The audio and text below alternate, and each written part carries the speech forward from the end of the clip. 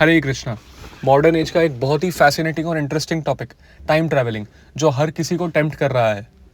जहाँ बहुत बड़े बड़े साइंटिस्ट्स इसको थियराइज करने की और इस पर स्पेकुलेट करने की कोशिश करते हैं, वहीं आर्टिस्ट्स डोरेमोन जैसे कार्टून शोज बनाकर इसे डिपिक्ट करने की कोशिश करते हैं।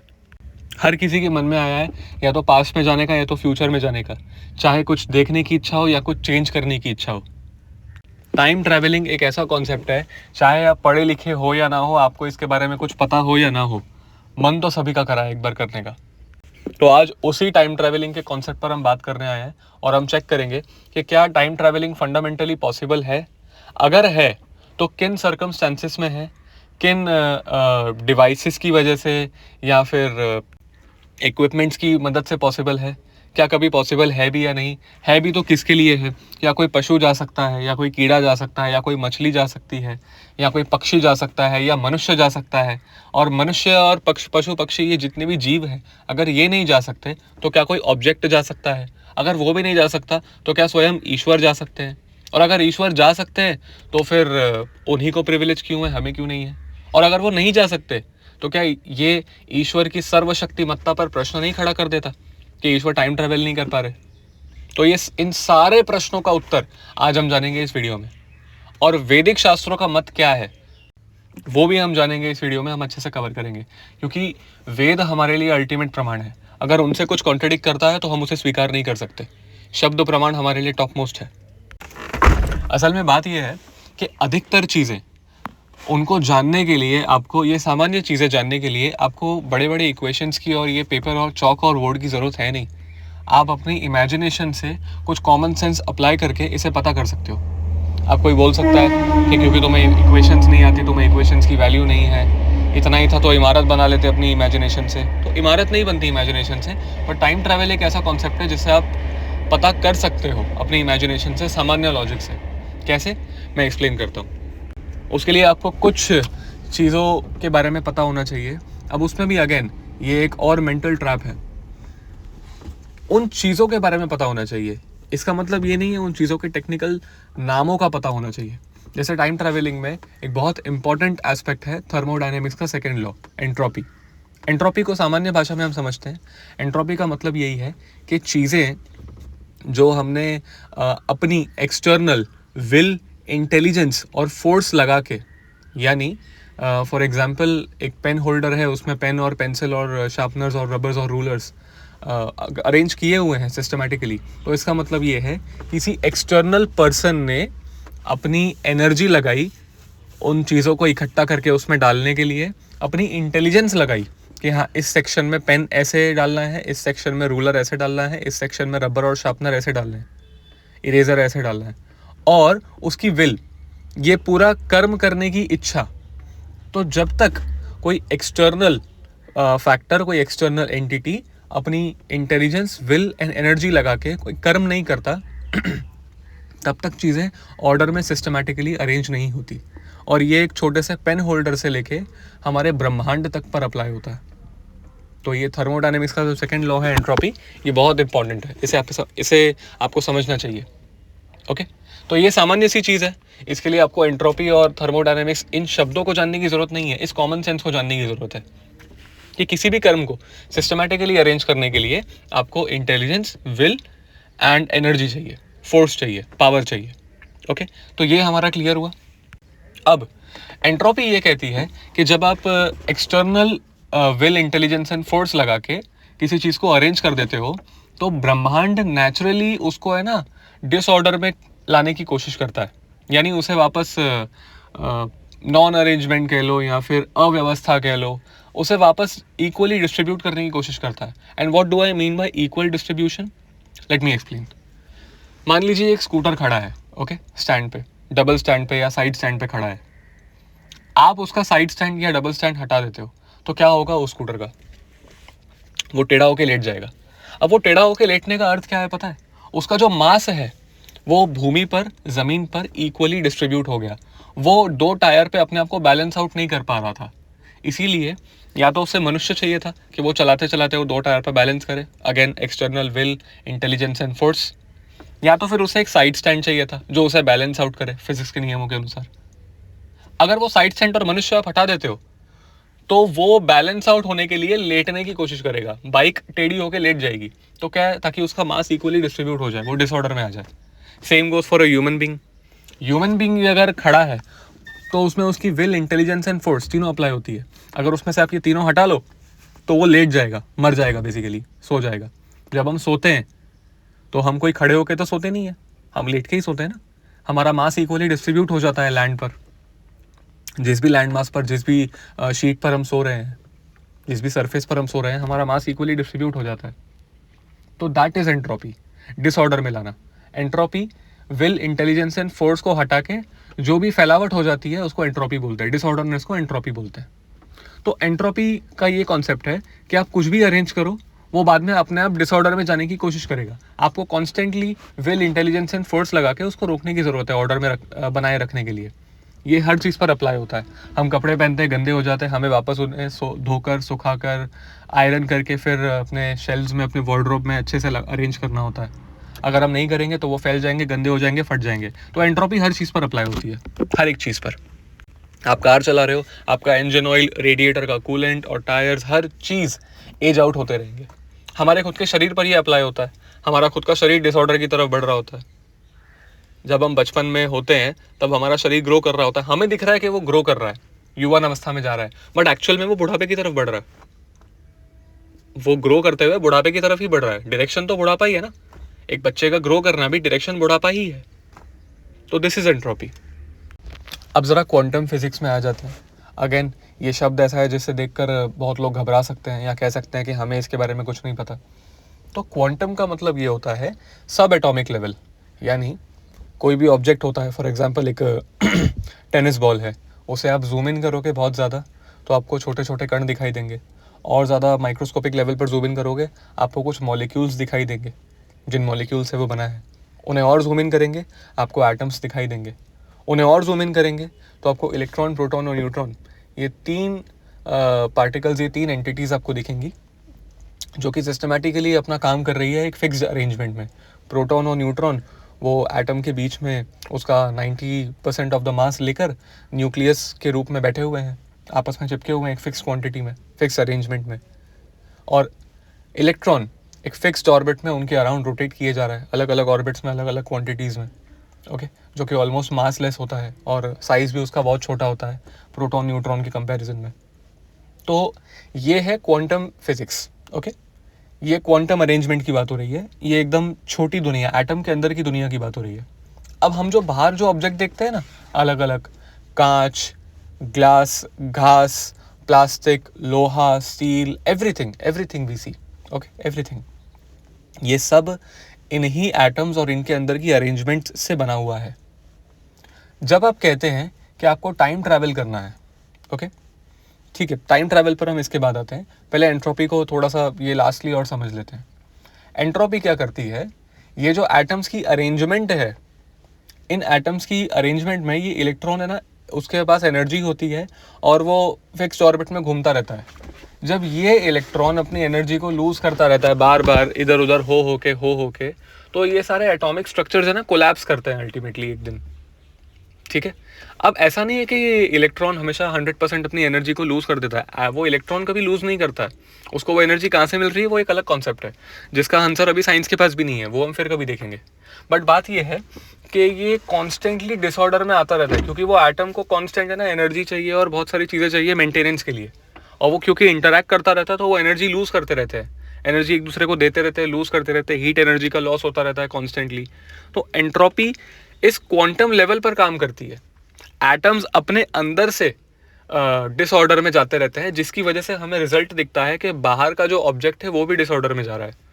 आप समझे, एक डेड बॉडी है या फिर एक फल है, एक फ्रूट है, एक सब्जी है, वो सड़ जाती है, लाश है, कोई भी सड़ जाती है, तो उसका मतलब यही है कि उसके जिस एटम्स से वो बनी है ना, वो अंदर से डिसइंटीग्रेट हो रहा है, वो अंदर से अपनी अरेंजमेंट्स को चेंज कर रहा है, जिसकी वजह से हमें बाहर वो लाश या फिर वो फल या फिर वो सब्जी सड़ती हुई दिख रही है। This is entropy, okay. जब हम कहते हैं हम टाइम ट्रैवलिंग करेंगे, उसका मतलब पता है क्या है? टाइम ट्रैवलिंग का मतलब है, फॉर एग्जांपल आपको आज से 2010 में या 20 में वापस पास्ट में जाना है, पहले हम पास्ट की टाइम ट्रैवलिंग देखेंगे, फिर हम फ्यूचर की टाइम ट्रैवलिंग देखेंगे। ओके, पास्ट का देखते हैं पहले। जब आप कहते हैं कि आपको पास्ट में जाना है 2020 में, आपको वो कोविड वाले टाइम पे वापस जाना है, आपको लॉकडाउन एक्सपीरियंस करना है दोबारा, या फिर खुद को कुछ याद दिलाना है कि नहीं लॉकडाउन में टाइम सेव करने के लिए ये कर लिया होता, ये कर लिया होता। ओके, आपको ये करना है, देन आपको इसके लिए क्या करना पड़ेगा? क्या ये संभव है? Forget all the devices, forget all the mechanisms, all the instruments, all the equipments that are required to do that. Okay? सबसे पहले ये देखना पड़ेगा कि ऐसी कोई जगह एग्जिस्ट करती भी है या नहीं। क्या पास्ट कहीं एग्जिस्ट करता है कि आप वहाँ पहुँच जाओ? नहीं करता। क्यों? आपको पास्ट एग्जिस्ट करवाने के लिए अनंत ब्रह्मांड चाहिए, जो कि सेम बकवास किए जा रहे हैं, और अपने अनंत विस्तार करने पड़ेंगे जो कि सेम बकवास किए जा रहे हैं, क्योंकि टाइम जोन्स तो अनंत है। जीवात्मा पुनर्जन्म लेती है, और ऐसे तो फिर जीवात्मा का आप 300 साल पहले जाओगे तो आप अभी तो एग्जिस्ट करते नहीं, तो आप अपने पिछले जन्म में पहुंच जाओगे। तो जीवात्मा को अपने अनंत स्वरूप रखने पड़ेंगे, क्योंकि किसी का भी मन कभी भी जाने का कर सकता है। किसी के 2019 के सितंबर में जाने का मन कर सकता है, किसी के 1980 के मई में जाने का मन कर सकता है, किसी को सन 1700 में जाने का मन कर सकता है। तो ये पॉसिबल है कि नहीं, पहले वो देखते हैं। कैसे पॉसिबल नहीं है? जब आप कहते हैं कि मुझे सन 1700 में जाना है, तो उस 1700 चलिए थोड़ा कॉम्प्लेक्स हो गया, हम 2020 की ही बात कर लेते हैं। ओके, आप कहते हैं कि मुझे 2020 में जाना है, तो उसके लिए पता है आपको क्या क्या करना पड़ेगा? वो 2020 की एक पर्टिकुलर परिस्थिति थी। आप याद करिए, उस टाइम पे गुजरात के मुख्यमंत्री कोई थे, महाराष्ट्र के मुख्यमंत्री कोई और थे, यूएस के राष्ट्रपति कोई और थे, ठीक है, फ्रांस में कुछ और चल रहा था, जर्मनी में कुछ और चल रहा था, ब्रह्मांड में कुछ पर्टिकुलर प्लैनेट्स उस अवस्था में थे। मतलब उस टाइम के सिचुएशंस ही अलग थे। अब मुझे एक बात बताइए, अब अच्छा, यूएस के राष्ट्रपति जो बाइडेन थे। ओके, तो जो बाइडेन के द्वारा लिए गए कुछ फैसले थे वो वहाँ पे चल रहे थे, उनके फैसले हर देश को अफेक्ट कर रहे थे। ओके, हर एक चीज़ ऐसी चल रही थी वहाँ पे। तो अब ये थी क्या? जो बाइडेन अपने आप में क्या है? वो एक शरीर है जो कि अगेन एटम्स से बना हुआ है, एटम के सब एटॉमिक पार्टिकल से बना हुआ है। वो जो काम कर रहा था, कहीं पे आर्मी भेजना, कहीं पे कुछ करना, कहीं पे किसी को सैंक्शन लगाना, ये सारी चीज़ें भी एटम्स से डील करती हैं। जब आप पे सैंक्शन लगता है, सैंक्शन का मतलब क्या है? आप पर एक्स्ट्रा टैक्स का बर्डन आ गया। ओके, अमेरिका को जब आप कुछ बेचते हैं तो एक्स्ट्रा टैक्स का बर्डन आ गया। ओके, तो फिर जब एक्स्ट्रा टैक्स का बर्डन आ गया तो वो पैसे का हिसाब किताब ऊपर नीचे हो जाता है। जब पैसे का हिसाब किताब ऊपर नीचे होता है तब रुपए का हिसाब किताब ऊपर नीचे हो जाता है। रुपयों का हिसाब किताब ऊपर नीचे होता है, मतलब आप किसी चीज़ को एक पर्टिकुलर प्राइस पे खरीद रहे थे। ओके, 100 रुपये की चीज़ 120 में मिल रही थी आपको, उसके लिए आपको काम ज़्यादा करना पड़ रहा था। तो पूरा सिस्टम डिस्टर्ब हो जाता है। आप समझिए इस बात को, पूरा का पूरा सिस्टम डिस्टर्ब हो जाता है। जब आप कहते हैं कि मुझे 2020 में जाना है, तो बेसिकली आप कह ये रहे हैं कि मुझे उन सारी की सारी एटॉमिक अरेंजमेंट्स को एज इट इज़ पास्ट में लेके जाना है, एंट्रोपी को रिवर्स करना है, पूरे ब्रह्मांड की एंट्रोपी को मुझे रिवर्स करना है। This is what you are saying, जो कि टेक्निकली संभव ही नहीं है। अच्छा, यहाँ पे कोई बोल सकता है नहीं हम कुछ ऐसा, वो जैसे अनपढ़ लोग होते हैं, नहीं हम कुछ ऐसा इक्विपमेंट ले आएंगे जिससे ये पॉसिबल हो जाएगा। तो देखिए, या तो आप बहुत क्यूट है या इनोसेंट है, I don't know what kind of a person you are, but आपके इक्विपमेंट बनाने से ब्रह्मांड पास में नहीं चला जाएगा। आपके किसी भी प्रकार के किसी भी एलिमेंट के इक्विपमेंट बनाने से एटम्स चेंज नहीं हो जाएंगे, एटम्स रिवर्स नहीं कर सकते अपने आप को। जो घटना घटित हो चुकी है वो हो चुकी है। एक इंसान जो 2020 में, जो 2021 में जिसकी मृत्यु हो चुकी है, क्या आप अब उसको वापस जिंदा करेंगे उस शरीर में? क्या आप ऐसा कर सकते हैं? फॉर एग्जाम्पल, आपको 2020 में जाना है और 2021 में एक इंसान की मौत हो गई, तो टेक्निकली 2020 में तो वो जिंदा था। तो जब आप 2020 में जाएंगे तो टेक्निकली वो इंसान आपको वहाँ मिलना चाहिए, बट वो नहीं मिलेगा। क्यों पता है? क्योंकि वो अपनी जर्नी आगे बढ़ा चुका है। वो यमदूतों के पास जाकर अपने कर्मों का हिसाब किताब लेकर वो पुनर्जन्म ले चुका है। वो आपके लिए वेट क्यों करेगा कि हाँ कल को 2000 आज से 6 साल बाद किसी बेवकूफ़ का 2020 में आने का मन करेगा तो रुक जाओ? ऐसा नहीं होता, ऐसा नहीं होता। टाइम ट्रैवलिंग पास्ट में पॉसिबल ही नहीं है, क्योंकि आप ये क्लेम कर रहे हैं कि आप पूरे ब्रह्मांड के एटम्स को रिवर्स कर देंगे, एंट्रोपी को रिवर्स कर देंगे। आपको पता है इनफाइनाइट एनर्जी चाहिए इसके लिए, और फिर भी ये पॉसिबल नहीं है क्योंकि स्पिरिट आगे बढ़ चुकी है। वो लोग पुनर्जन्म ले चुके हैं जो जो पहले एग्जिस्ट किया करते थे, वो दोबारा नहीं आ सकते, वो रिसोर्स यूज हो चुका है। आप बाकी का क्रूड ऑयल जमीन में वापस डाल दोगे जो रिफाइंड होकर पेट्रोल बन के फूक चुका है हवा में। क्या कह रहे हैं आप?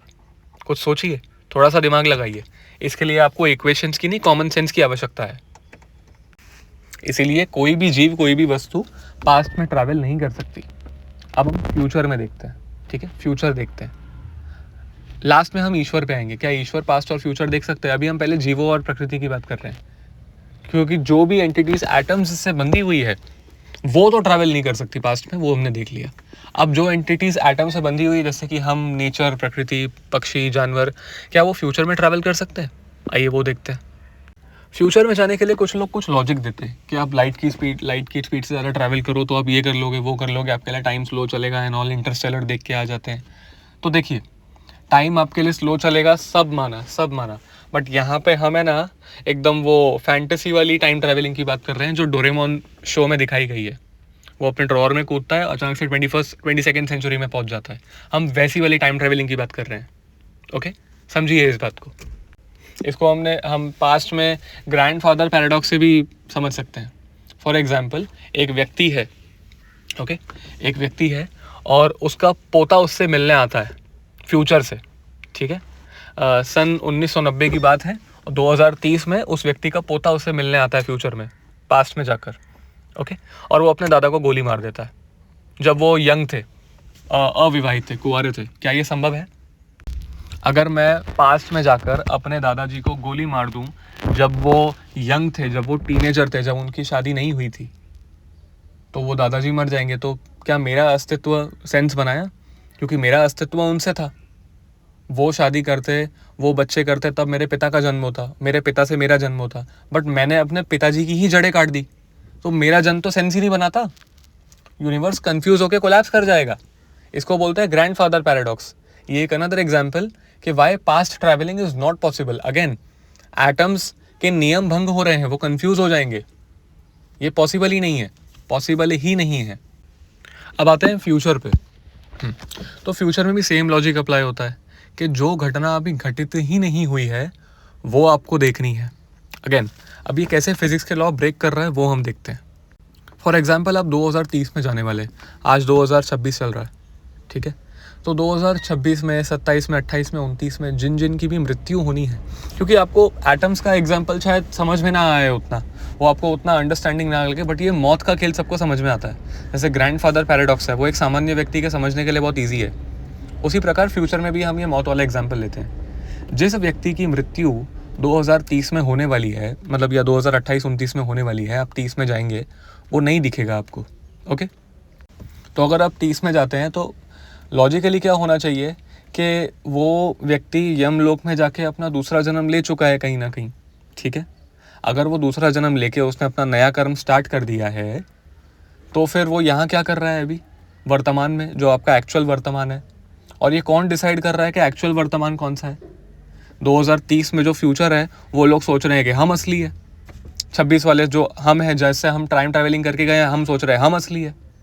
फॉर एग्जाम्पल, कल को टाइम ट्रैवलिंग होता है और हम फ्यूचर में जाते हैं, या फ्यूचर से कोई पास्ट में आता है, ठीक है।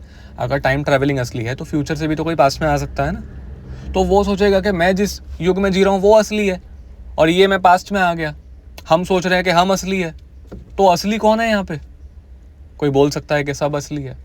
अगर सब असली है तो सभी के अनंत रूप, अनंत सब कुछ हो गए, तो कर्म सिद्धांत ही पूरा फेल हो गया, एटम का फिजिक्स से ही पूरा फेल हो गया, सब कुछ फेल हो गया। ये पॉसिबल ही नहीं है। ऐसा कोई इक्विपमेंट नहीं है जो एंट्रोपी को रिवर्स कर दे या एंट्रोपी को फास्ट कर दे। ऐसा कुछ है ही नहीं, ऐसा कोई मैकेनिज्म अवेलेबल ही नहीं है, पॉसिबल ही नहीं है। फिजिक्स के लॉ इसको अप्रूव ही नहीं करते। मरने का एग्जाम्पल हमने लिया, अब हम पैदा होने का एग्जाम्पल लेते हैं। एक और एग्जाम्पल मैं आपको देता हूँ। फॉर एग्जाम्पल, 2027 में किसी की शादी होनी थी और उनका बच्चा 2029 में होना है, ठीक है।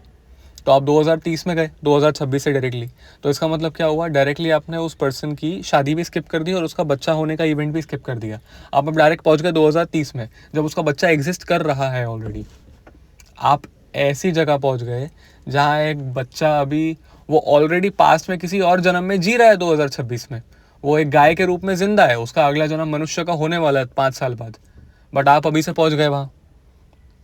तो एक जीवात्मा को आपने 2 शरीरों में स्प्लिट कर दिया, जो कि पॉसिबल ही नहीं है एक टाइम पे। एक जीवात्मा यहाँ पे इस भौतिक संसार में एक टाइम पे एक जन्म ले रही है और एक अपने कर्म कर रही है और उसको भोग रही है।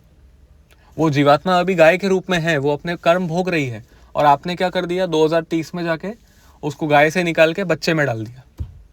आप बोल सकते हो कि नहीं गाय में भी है बच्चे में भी है, तो सर जीवात्मा इस तरह से स्प्लिट होकर काम नहीं करती, कर्म नहीं करती भौतिक संसार में। ऐसे काम नहीं चलता, ऐसे फिजिक्स नहीं चलती है। आप कर्म सिद्धांत को डिस्टर्ब नहीं कर सकते। टाइम ट्रैवलिंग तभी पॉसिबल है जब एटम की फिजिक्स, एंट्रोपी और कर्म सिद्धांत डिस्टर्ब ना हो। और यहाँ पे टाइम ट्रैवलिंग में ये तीनों चीज़ें डिस्टर्ब हो रही है साइमल्टेनियसली। आप कह रहे हैं कि कौन प्राइम मिनिस्टर बनेगा, ये सब कुछ पहले से ही निश्चित है अगर आप फ्यूचर में जाने की बात कर रहे हैं तो। और ये पॉसिबल हुआ हमारे लिए जानना, ये पहले से ही निश्चित है। पता कर लो जाके बिटकॉइन कब आया, बिटकॉइन कब बुल रन आने वाला है बिटकॉइन में, कब वो 3 करोड़ का आंकड़ा क्रॉस करेगा, कब ऑल्ट कॉइन्स बूस्ट करेंगे, कब स्टॉक मार्केट बूस्ट करेगा, आप पता कर लीजिए। बेसिकली बात यह है कि अगर आपको फ्यूचर पता लग जाएगा ना तो फ्यूचर कोलैप्स हो जाएगा, वो घटना कभी घटित ही नहीं होगी। अगर कल को कोई जाता है, आप फॉर एग्जांपल यहाँ पे मैं आपको पैराडॉक्स बताता हूँ, जैसे पास्ट में मैंने आपको ग्रैंडफादर पैराडॉक्स बताया था ना, यहाँ पे मैं आपको एक और पैराडॉक्स बताता हूँ। फॉर एग्जांपल आप 2026 से 2030 में गए फ्यूचर में, और आपने देखा कि इन 2 मनुष्यों की शादी होने वाली है, ये लड़का है, ये लड़की, और ये उनका बच्चा होने वाला है। ये उनका बच्चा आपको दिख रहा है 2030 में। आप वापस पास्ट में आते हो, उन दोनों को गोली मार देते हो या किसी एक को गोली मार देते हो। अब मुझे एक बात बताइए, दोनों का विवाह कैसे देखा आपने, और वो बच्चा कैसे आया? नहीं आ पाया ना। बेबी पैराडॉक्स हो गया। यहाँ पे पहले ग्रैंडफादर पैराडॉक्स था, अब यहाँ पे बेबी पैराडॉक्स हो गया। क्या करेंगे आप इसका? जब तक गोली नहीं चलती है, जब तक हिंसा नहीं होती है, तब तक सामान्य मनुष्य को समझ में नहीं आता है, क्योंकि उसको कॉमन सेंस और फिजिक्स पल्ले पड़ती नहीं है। तो जब तक गोली नहीं चलती, हिंसा नहीं होती, तब उसे समझ में नहीं आता। फ्यूचर में जाने के लिए जो 2-3 ऑल्टरनेटिव दिए जाते हैं सनातन धर्म में भी और फिजिक्स में भी, पास में तो जाया नहीं जा सकता, पहली बात, ना सनातन धर्म में ना फिजिक्स में, पास में जाया ही नहीं जा सकता, ठीक है। रही बात फ्यूचर की, तो फ्यूचर के लिए टाइम स्लिपिंग और टाइम डायलेशन कहा गया है। अब टाइम स्लिपिंग और टाइम डायलेशन क्या होता है? ये सेम टाइम पे चलने वाले 2 अलग अलग टाइम जोन्स हैं, कोई 2 रियलिटीज़ नहीं है। इसके लिए ज़्यादा फास्ट चलेंगे तो टाइम स्लो हो जाएगा, ये वो नहीं है जो आप समझ रहे हैं। इसको फ्यूचर टाइम ट्रैवलिंग नहीं बोलते हैं। फ्यूचर टाइम ट्रैवलिंग मतलब आप as it is same planet के फ्यूचर में चले गए, आप अर्थ के ही फ्यूचर में चले गए। ये नहीं चलता है ऐसे। अब ऊपर ब्रह्मलोक है, इंद्रलोक है, स्वर्गलोक है, वहाँ पे टाइम स्लो चलता है। क्यों? क्योंकि उनका टाइम फ्रेम बहुत बड़ा है। यहाँ का 1 साल मतलब वहाँ के 360 साल, यहाँ के 360 साल मतलब उनका 1 साल। उनका साइकिल ही उतना बड़ा है, आप समझे? उनका साइकिल ही उतना बड़ा है। ये वैसा ही है कि यहाँ पे पृथ्वीवासियों को एक सर्कल कंप्लीट करने का उनका सर्कमफरेंस है 100 मीटर का, तो वो 100 मीटर भागेंगे, उनका एक सर्कल कंप्लीट हो जाएगा। बट वहीं पे उनका है ना 3 किलोमीटर 600 मीटर का है, मतलब 3.6 किलोमीटर का उनका रेडियस है, पूरा का पूरा सर्कमफरेंस है। तो उनको उतना टाइम लगेगा, उतना डिस्टेंस लगेगा कवर करने पे। सिंपल सी बात है, ये कॉन्सेंट्रिक सर्कल है, उनका डिस्टेंस ज़्यादा बड़ा है कवर करने को। तो होता क्या है कि अगर आप उनके रियल में चले जाएंगे तो यहाँ का टाइम तो यहीं के हिसाब से चल रहा है। आपने 1 साल ही बिताया वहाँ के शरीर में रह के, यहाँ आएंगे तो 360 साल बीत चुके होंगे। इसका मतलब ये नहीं है आप फ्यूचर में जाके आ गए, आप फ्यूचर में नहीं गए, कहीं का कोई टाइम चेंज नहीं हुआ। इसको फ्यूचर टाइम ट्रैवलिंग नहीं बोलते हैं, इसको टाइम स्लिपिंग या टाइम डायलेशन बोलते हैं। आप बस अलग टाइम जोन में चले गए, जहाँ पे टाइम ग्रेविटी अलग तरीके से काम करती थी, इसलिए आप पर भी अलग तरीके से काम किया उसने। सिंपल। आप जब वहाँ जाओगे वहाँ के हिसाब से रहोगे, यहाँ आओगे यहाँ के हिसाब से रहोगे। टाइम ट्रैवल नहीं किया आपने टाइम ट्रैवल नहीं किया। आप फ्यूचर में नहीं आए हो, ये बात ध्यान रखिएगा। ना ही तो आप फ्यूचर में आके चेंज कर सकते हो किसी चीज़ को। जो होना है वो होगा ही। मैं एक लास्ट एग्जाम्पल देता हूँ फ्यूचर का, फिर आपको बताता हूँ कि क्या ईश्वर टाइम ट्रैवल कर सकते हैं। फॉर एग्जाम्पल मान लीजिए रिलायंस इंडस्ट्रीज लिमिटेड के स्टॉक्स है ना, कल बहुत ज़्यादा ऊपर जाने वाले हैं, डबल होने वाले हैं। फॉर एग्जांपल उनका मार्केट कैप बड़ा है, इतना हो नहीं सकता ये, बट फिर भी फॉर एग्जांपल उनके स्टॉक्स है ना कल स्काई रॉकेट करने वाले हैं। ओके, ये बात किसी को पता नहीं है, किसी को भी पता नहीं है, कुछ लिमिटेड लोगों को पता है, तो वो लोग सारा का सारा प्रॉफिट लेने वाले हैं। बाकी सब लोग लॉसेस बुक करने वाले हैं या फिर इस रैली को इग्नोर कर देंगे। अब मुझे एक बात बताइए, फ्यूचर से आके एक बंदा लीक कर देता है ये इन्फॉर्मेशन कि कल रिलायंस के स्टॉक स्काई रॉकेट करने वाले हैं। सब क्या करेंगे पता है? आज ही इन्वेस्ट कर देंगे। आज ही सबके इतने ज़्यादा इन्वेस्ट करने की वजह से या फिर अक्यूमुलेट करने की वजह से या बेचने की वजह से व्हाट्सोएवर एक्टिविटी, पूरा वर्ल्ड डिस्टर्ब हो जाएगा। सब अपनी एक्टिविटीज़ जो दिनचर्या जो फॉलो करने वाले थे वो चेंज कर देंगे, अलर्ट होकर कॉन्शियसली काम करने लगेंगे। तो क्या होगा? कल रिलायंस का स्टॉक स्काई रॉकेट करेगा? नहीं कर पाएगा, क्योंकि वो स्काई रॉकेट करने वाला था कुछ परिस्थितियों में। कौन सी? कि किसी को कुछ पता नहीं है और कोई कुछ एक्शन नहीं लेने वाला है। बट जब अगर सबको पता चल जाएगा, सब उसके विपरीत एक्शन लेने लग जाएंगे, तो कहाँ से वो स्टॉक ऊपर जाएगा? ऊपर जा ही नहीं पाएगा, वो तो क्रैश हो जाएगा। This is how future time travelling works. ये है फ्यूचर का पैराडॉक्स, कि अगर आपको फ्यूचर पता चल जाएगा तो आप उसके विपरीत एक्शन कर लेंगे, तो वो फ्यूचर की घटना कभी हो ही नहीं पाएगी। वही बात है शादी वाला। आपने एक पति पत्नी को, जो कल जिनका विवाह होने वाला है, उनको उनमें से किसी एक को या दोनों को मार दिया, तो उनका बच्चा होने की संभावना ही नहीं है फ्यूचर में। तो आप किसको देख के आए फ्यूचर में? उनका कभी विवाह ही नहीं हो, क्योंकि जब कुंवारे थे आपने उनको तभी मार दिया, तो उनका बच्चा कैसे आया है फ्यूचर में? पॉसिबल ही नहीं है। कल को रशिया आके टाइम ट्रैवलिंग करता है कि हाँ अगला यूएस का प्रेसिडेंट कौन बनने वाला है, तो उन्होंने देखा कि ट्रम्प कॉन्स्टिट्यूशन में चेंजेस लाके ट्रम्प फिर से खुद को इलेक्ट कर देगा, तो वो ट्रम्प की हत्या कर देंगे जाके, फॉर एग्जाम्पल, वॉर की चिंता ना करते हुए। तो क्या ट्रम्प बन पाएगा? तो उन्होंने फ्यूचर किसका देखा? कल को उन्होंने देखा कि नहीं, उन्होंने 3 टाइम इलेक्शन का कानून पास कर दिया, तो बराक ओबामा फिर से आ गए इलेक्शन लड़ने, तो वो बराक ओबामा को मार देंगे। तो फिर प्रेसिडेंट कौन बना? ऐसे जो भी प्रेसिडेंट उनको दिखेगा वो उसको जाके मार देंगे। सिंपल सी बात है। तो फिर बन कैसे पाएगा कोई प्रेसिडेंट? फ्यूचर तो कोलैप्स हो जाएगा पूरा का पूरा, क्योंकि यूएस प्रेसिडेंट एक पॉलिसी बना रहा है, वो हमें यहाँ तक इफेक्ट कर रही है, हमारे लिए यहाँ पे चीज़ें महंगी हो रही है। इंडिया का प्राइम मिनिस्टर है, वो हमारे लिए यहाँ पे चीज़ें महंगी हो रही है। तो पूरा सिस्टम ही कोलैप्स कर जाएगा अगर हमें पता चल गया तो। क्योंकि हमारे साथ प्रॉब्लम क्या है पता? हम अपने एक्शंस चेंज कर देते हैं फ्यूचर का पता लगते ही या पास्ट का पता लगते ही। इसीलिए टाइम ट्रैवलिंग पॉसिबल ही नहीं है। जो यहाँ पे शास्त्रों में ब्रह्मा के लोक में जाने वाले कुछ चीज़ें हैं, वो टाइम डायलेशन या टाइम स्लिपिंग है। आप अलग टाइम जोन में जा रहे हैं, टाइम ट्रैवल नहीं कर रहे हैं आप। तो हमने ये देख लिया कि किस प्रकार जो भी एंटिटीज एटम के कानूनों से बंधी हुई हैं, उनके लिए टाइम ट्रैवलिंग पॉसिबल नहीं है, चाहे पास्ट हो चाहे फ्यूचर। अब आते हैं ईश्वर पे। क्या ईश्वर टाइम ट्रैवल कर सकते हैं? नहीं, वो भी नहीं कर सकते। क्यों पता है? 2 कारण है। एक, इसका मतलब ये नहीं है कि उनके पास इनफाइनाइट एनर्जी नहीं है कि वो एंट्रोपी को रिवर्स कर दे। वो कर सकते हैं, बिल्कुल कर सकते हैं, बट उनके पास कोई प्रयोजन नहीं है करने का। आप समझिए इस बात को। कृष्ण भगवत गीता में कह रहे हैं, मध्यक्षेण प्रकृति सूयते सचराचरम।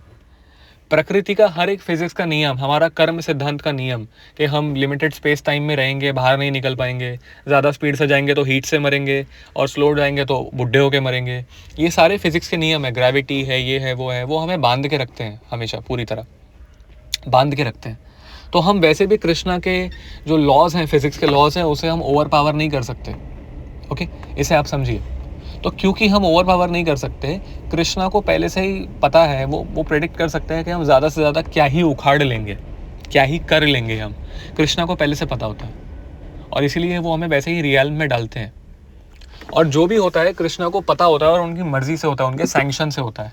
मर्जी नहीं बोलूँगा मैं, सैंक्शन बोलूँगा, क्योंकि मर्जी का मतलब तो ये होगा कि हमारी कोई फ्री विल नहीं है, वो मैनिपुलेट कर रहे हैं कि वो अपनी इच्छा से हमें कठपुतलियों की तरह नचा रहे हैं। नहीं, वो नचा नहीं रहे, वो प्रोबेबिलिटीज़ देख रहे हैं कि इनको इतने इतने रिसोर्स दिए गए हैं, ये इसमें क्या क्या उखाड़ लेंगे। फॉर एग्जाम्पल, मैं आपको 1000 रुपये दूँ एक शॉपिंग मॉल में, और मैं कहूँ कि जाओ खरीद लो, तो मुझे पता होगा as a owner of mall कि हाँ 1000 रुपये में क्या क्या आ सकता है यहाँ पे। तो कृष्णा को वैसे ही पता है कि इनके पास जितनी एनर्जी है, जितना टाइम है इस प्लैनेट पे, ये क्या क्या उखाड़ लेंगे। तो कृष्णा का नुकसान ही नहीं है, कृष्णा के नियम कभी भी कृष्णा का नुकसान होने नहीं देते। तो कृष्णा को किसी चीज़ का रिग्रेट नहीं है, आप समझे। कृष्णा को पास्ट की एक्टिविटी चेंज करने का कोई प्रयोजन नहीं है, क्योंकि पास्ट क्या होता है? जो ऑलरेडी बीत चुका, और जो आने वाला फ्यूचर है वो कल का पास्ट बनेगा। तो कृष्णा को ऑलरेडी पता है कि आने वाला फ्यूचर क्या है, वो ऑलरेडी प्रेडिक्ट कर सकते हैं, तो उन्हें कोई रिग्रेट ही नहीं है, वो होने दे रहे हैं। अगर उनको दिक्कत होती तो वो होने ही नहीं देते। अगर कुछ हो रहा है मतलब वो कृष्णा की मर्जी से हो रहा है। तो कृष्णा को फ्यूचर से कोई प्रॉब्लम ही नहीं है, और कृष्णा को फ्यूचर से कोई प्रॉब्लम नहीं है, इसलिए कृष्णा को पास्ट से भी होने का कोई सवाल नहीं होता, क्योंकि कल का फ्यूचर ही तो आने वाला पास्ट है। फ्यूचर पूरा कृष्णा के हाथ में, तो फिर रिग्रेट का कोई सवाल ही नहीं बनता। कृष्णा को कोई ज़रूरत ही नहीं है पास में जाके कुछ चेंज करने की, क्योंकि ऑलरेडी सब कुछ उनके हिसाब से हो रहा है। पास में जाके चेंज करने की ज़रूरत उसको पड़ती है जिसके हिसाब से कुछ नहीं हो रहा है। वो चाह कुछ और रहा था, हो कुछ और गया। वो हमारे साथ होता है, ईश्वर के साथ नहीं होता। ईश्वर को पता है कि क्या होने वाला है और वो उनके हिसाब से ही हो रहा है, इसलिए उनको कोई दिक्कत नहीं है, कोई प्रयोजन नहीं है चेंज करने का। अब क्या ईश्वर कर सकते हैं? एक हो गया कि उनको ज़रूरत है कि नहीं, एक हो गया क्या वो कर सकते हैं, तो नहीं, वो नहीं कर सकते। पहली बात तो उनको ज़रूरत नहीं है और दूसरा वो कर भी नहीं सकते, क्योंकि ये कॉन्ट्रडिक्शन तो ईश्वर के साथ भी आ रहा है ना कि वापस सबको जो पैदा नहीं हुआ उसको मार कैसे सकते हैं।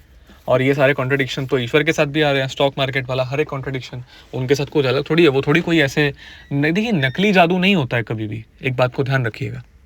जादू होता है, नकली जादू नहीं होता है। जादू वही फिजिक्स है जो आपको पता नहीं है, बट अगर कोई चीज़ फिजिक्स नहीं है तो वो चीज़ एग्जिस्ट नहीं करती, क्योंकि वो नियम ही ईश्वर है, उससे ईश्वर कमज़ोर नहीं हो जाता। एक बात समझिए, अगर आप ईश्वर को भी जाके पूछेंगे कि आखिरी संख्या कौन सी है वो मुझे बताओ, तो वो ईश्वर भी नहीं बता पाएंगे, क्योंकि कोई आखिरी संख्या जैसा कुछ होता ही नहीं है। संख्याएं तो अनंत है। आप 100 करोड़ बोलो, 500 करोड़ बोलो, 1000 करोड़ बोलो, आप जितनी भी संख्या बोलेंगे उसमें एक जोड़ देंगे या उसे डबल कर देंगे या उसे इंटू 5 कर देंगे, इंटू इनफाइनाइट कर देंगे, तो आप इनफाइनाइट इंटू इनफाइनाइट कर देंगे, तो फिर भी वो कोई संख्या तो नहीं हुई ना। कोई आप डिजिट तो नहीं बता पाए, कुछ अंकों में आप उत्तर नहीं दे पाए, तो ये कोई आंसर नहीं होता। कुछ चीज़ें यूनिवर्सल होती है, चाहे वो जीव हो चाहे ईश्वर हो, दोनों के लिए संख्याएं अनंत है तो है, इसमें कोई प्रश्न ही नहीं है। अब जीव का भी ओरिजिन कोई नहीं है, ऐसा नहीं है कि इस दिन इतने वर्ष पहले जीव प्रकट हुआ था, नहीं, ऐसा कुछ नहीं है। जीव हमेशा से, ईश्वर भी हमेशा से, ऐसा कुछ भी नहीं है। तो कुछ चीज़ें दोनों के लिए ही अनंत हैं। और क्योंकि देखिए, सर्वशक्तिमत्ता को हानि कब होती है पता है? जब ईश्वर कहीं नपुंसक या फिर कहीं कमज़ोर पड़ रहा हो, ऐसा कुछ काम हो उसका जो अटक रहा हो, जो वो नहीं कर पा रहा हो। बट ऐसा कोई काम नहीं है। मैंने कहा ना, टाइम ट्रैवलिंग की ईश्वर को ज़रूरत नहीं है, क्योंकि फ्यूचर वो अपने हिसाब से अप्रूव करता है। और क्योंकि फ्यूचर अपने हिसाब से अप्रूव करता है, तो फ्यूचर ही तो आने वाला पास्ट है, तो पास्ट अपने आप फिक्स हो गया, क्योंकि फ्यूचर उसके हाथ में है। तो अनंत काल से फ्यूचर उसके हाथ में, और इसीलिए अनंत काल से पास्ट चेंज करने की उसको कोई आवश्यकता भी नहीं है। और इससे उसकी सर्वशक्तिमत्ता पे कोई हानि नहीं हो रही, क्योंकि उसका नुकसान नहीं हो रहा है। सर्वशक्तिमत्ता का अर्थ ये नहीं है कि आप कुछ भी पागल जैसा पैराडॉक्स करते रहो कि हाँ कुछ भी, मतलब कुछ भी उल्टा सीधा करते रहो, पत्थर बना दिया जो खुद नहीं उठा सकते, ये वो, इस तरह के पागलपन को सर्वशक्तिमत्ता नहीं बोलते। सर्वशक्तिमत्ता को का मतलब ये है कि आपके स्थान से आपको कोई हटा नहीं सकता, आपके विरुद्ध कोई जा नहीं सकता, और आपका स्थान कोई और आपसे ले नहीं सकता। इसको बोलते हैं सर्वशक्तिमत्ता। और आपके सारे जितने भी नेसेसरी काम है वो अटके ना, वो पूरे हो जाए। आपको किसी एक्सटर्नल सोर्स की ज़रूरत ना पड़े अपने काम को पूरा करने के लिए, आपकी एनर्जी कभी भी ड्रेन आउट ना हो, आप हमेशा अपनी पोजीशन पे अपनी सारी पावर के साथ बने रहें। इसको बोलते हैं सर्वशक्तिमत्ता। सर्वशक्तिमत्ता का मतलब ये नहीं है कि पागलपन करो, ये नहीं कर सकते, नहीं नहीं तो तुम नपुंसक, इसका मतलब ये नहीं होता। ईश्वर को आवश्यकता ही नहीं है टाइम ट्रैवल करने की। वो जब चाहे, जहाँ चाहे, जो चाहे कर सकता है। फ्यूचर अपने हिसाब से लिखता है, वो उसके नियमों के अनुसार चलता है फ्यूचर। अंतिम प्रमाण हमारा वेद। वेद में भी हमेशा टाइम डायलेशन और टाइम स्लिपिंग के एग्जाम्पल्स दिए गए हैं कि अलग अलग टाइम जोन से ब्रह्मा जी को बुला लिया, ब्रह्म लोक में कोई चला गया, ब्रह्म विमोहन लीला हुई। ये सारी लीलाएं अगर आप देखेंगे तो ये टाइम स्लिपेज और टाइम डायलेशन की है, टाइम ट्रैवलिंग की एक भी लीला नहीं है। वेद शास्त्र में आपको कोई रेफरेंस मिलेगा ही नहीं जिसमें टाइम ट्रैवलिंग का एग्जाम्पल हो, जैसी हमें डोरेमोन शो में दिखाई गई है। एक ड्रॉर में कूदते 21st सेंचुरी या फिर 15th century, stone age, ice age, ऐसा कुछ भी आपको नहीं मिलेगा।